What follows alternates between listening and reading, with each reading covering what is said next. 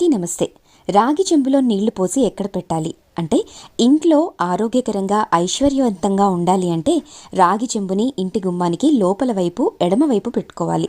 రాగి రా కోరుతుంది అంటారు. రాగి చెంబులో నీళ్లను నింపి పచ్చకర్పూరము, పసుపు, కుంకుమ, ఎర్రటి పూలు, రూపాయి బిళ్ళలు వేసి రాగి చెంబుకి గంధం కుంకుమతో స్వస్తి గుర్తు వేసి చిన్న ముగ్గు నేలపై వేసుకుని ఆ ముగ్గుపై పెట్టుకోవాలి.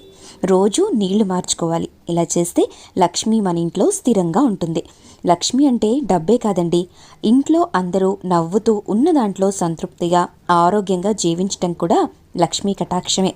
ఇలా రాగి చెంబుని రోజు మార్చలేని వారు మంగళ శుక్రవారాలైనా సరే చేసుకోండి. ఇల్లంతా చక్కగా ఆరోగ్యకరంగా సిరులతో పాజిటివ్ ఎనర్జీ నిండి ఇల్లు లక్ష్మీ కాంతితో ఉంటుంది. ఈ పరిహారాన్ని పాటించడం వల్ల మన ఇంట్లో ఉన్న నెగిటివ్ ఎనర్జీ అంతా బయటికి వెళ్ళిపోతుంది. దాంతో లక్ష్మీదేవి అనుగ్రహానికి మనం పాత్రులం